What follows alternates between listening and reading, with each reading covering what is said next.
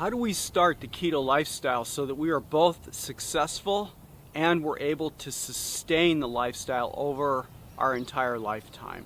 As a teacher of over 28 years, I have done with this dilemma what I do with everything. I've broken this down into a series of easy steps so that you can be successful in the keto lifestyle. We call these easy steps the MAKESME Healthy program, and we are going to get started right now. Okay, let's get into this. M for MAKESME stands for metrics. And there are 4 metrics that we want to monitor and record in our app, which I'll talk about next, or in a logbook. The first would be weight. Why do we want to measure weight? Because if we've lowered the carbs enough on a well-formulated ketogenic diet, then over time you are going to lose weight. Are we measuring the weight every single day with some sort of obsession about watching the scale? No, we are not. What we're interested in are bi-weekly and monthly trends. We are interested in trends. And the trend that we should see with weight is that it's going to decrease with time. If you're on a well-formulated ketogenic diet, if you're doing a good job lowering the carbs. Next would be blood pressure. Same argument. Over time, you expect your blood pressure to decrease on a well-formulated ketogenic diet. The next is going to be blood glucose, fasting glucose, along with measuring glucose at other times. Why is this important? If you happen to be a type 2 diabetic and you're trying to reverse the condition, then as a necessity, you want to see the blood glucose coming down, all right? The last thing are the ketones. Remember, in the introductions, I spoke about the fact that when we lower the carbs and we start burning fat, that our bodies produce these small fat molecules called ketones, and they can be detected. The principal one that we want to keep an eye on is beta-hydroxybutyrate. So we want to measure the beta-hydroxybutyrate, and we want to do it daily, and we want to record the data. So there are 4 metrics that we want to keep track of that are intimately related: the weight, the blood pressure, blood glucose, and ketones. And those are going to be logged in a logbook or put into an app, and we're going to get into that next. The A in MAKESME stands for app or logbook, because as we collect these biomarkers, the 4 I just spoke about, we're recording these into our logbook or into an app every day. On the screen here, you can see as an example, we utilize what's called the Heads Up Health biomarker app.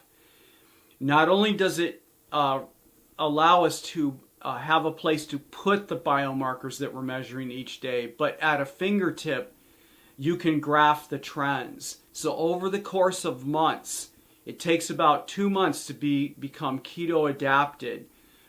Over the course of months, we can graph our data, and we should be seeing the weight come down. We should be seeing the ketones go up. We should be seeing the blood pressure tracking down.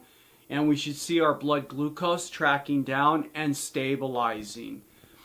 So you either need to be writing this information down in a logbook or keeping track in an app.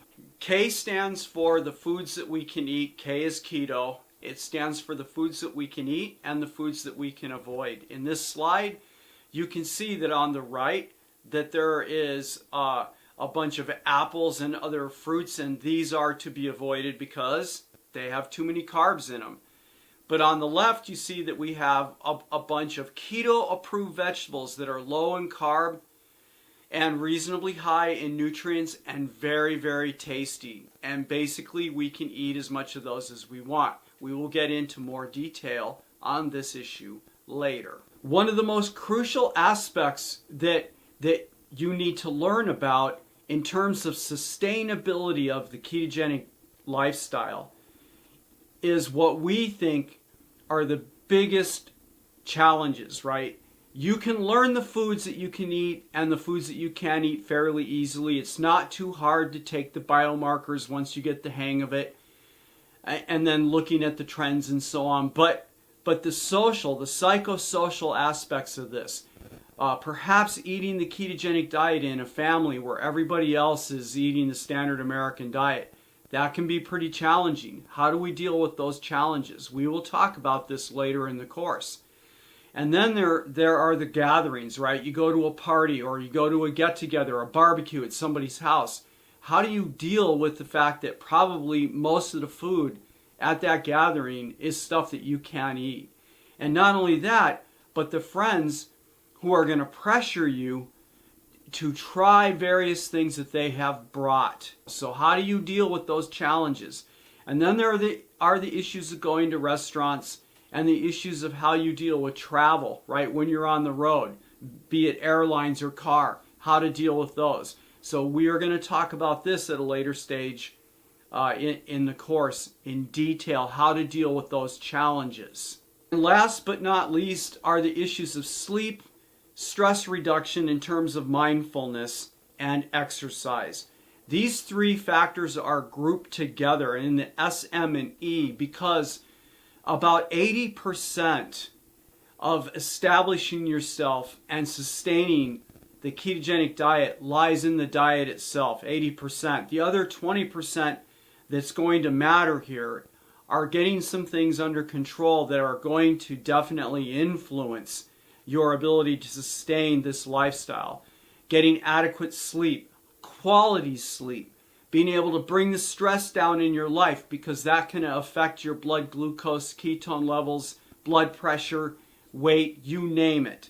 And then lastly, what does an exercise program look like for a reasonable individual who wants to see an increase in their health and be able to sustain that over the entirety of their life?